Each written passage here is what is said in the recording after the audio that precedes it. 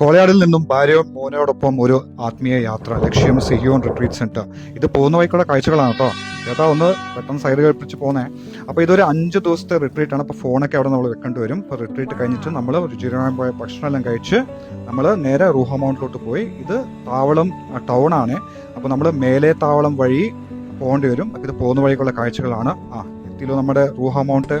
അപ്പോൾ അവിടുത്തെ ആ ശാന്തത മനസ്സിന് തൊട്ടു. ആ കാറ്റിൻ്റെ നിശബ്ദതയിലും പ്രാർത്ഥനയുടെ ശാന്തതയിലും ഒരു പ്രത്യേക സമാധാനം. ഇത് അവിടെ ഒരു ഓലമേഞ്ഞ ഒരു പള്ളിയാണ്. ഒരു പ്രത്യേക ഫീലാണ്.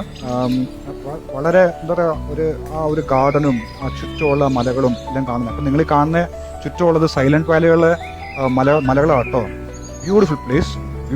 ഇത് കഴിഞ്ഞിട്ട് നമ്മൾ നേരെ സിഹിയോൺ റിട്രീറ്റ് സെന്റർ പോയി. ഇത് അവിടുത്തെ കാഴ്ചകളാണ്. ഇത് നിങ്ങൾ കാണുന്ന ഈ കൽക്കുരിശ് മലയാണ്. It is very miraculous place. ഇത് അവിടുത്തെ ഒരു പുസ്തകശാലയാണ്. അത്രയും മനോഹരമായിരുന്നു. ഓരോ പുസ്തകങ്ങളും മനസ്സിൽ ഒരു ചിന്ത വിടുന്നത് പോലെയാണ്. ഇവിടുത്തെ പ്രത്യേകത എന്ന് വെച്ചാൽ ഇവിടെ ആരും ഓപ്പറേറ്റ് ചെയ്യാനില്ല. അപ്പോൾ നമ്മൾ തന്നെ എന്തെങ്കിലും പർച്ചേസ് ചെയ്തിട്ട് അവിടെ തന്നെ നമ്മൾ ക്യാഷ് കൊടുത്തിട്ട് പോകേണ്ടി വരും.